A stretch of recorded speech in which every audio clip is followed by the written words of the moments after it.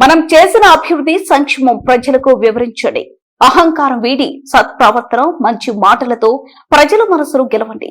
ప్రజలే మనల్ని మళ్లీ గెలిపిస్తారని Telugu Desam party working president Nara Lokesh cadre కు దిశానిర్దేశం చేశారు.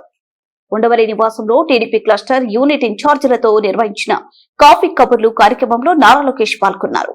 ఈ సందర్భంగా లోకేష్ మాట్లాడుతూ తెలుగుదేశం పార్టీ లీడర్లు కేడర్ సమన్వయం చేసుకుంటూ అనునిత్యం ప్రజలతో మమేకం కావడం ముఖ్యమని, గత ఎన్నికల్లో గొడ్డలి పార్టీ 151 నుంచి 11 సీట్లకు దిగజారడానికి వారి అహంకారమే కారణమన్నారు.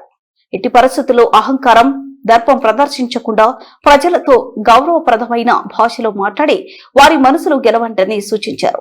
ప్రస్తుతం దేశంలో 4000 పెన్షన్ ఇస్తున్న రాష్ట్రం మన ఆంధ్రప్రదేశ్ మాత్రమేనని, తల్లికి వంతనం పథకం కింద చదువుకునే పిల్లలందరికీ 15,000 చొప్పున ఇస్తున్న రాష్ట్రం కూడా మనదే అన్నారు.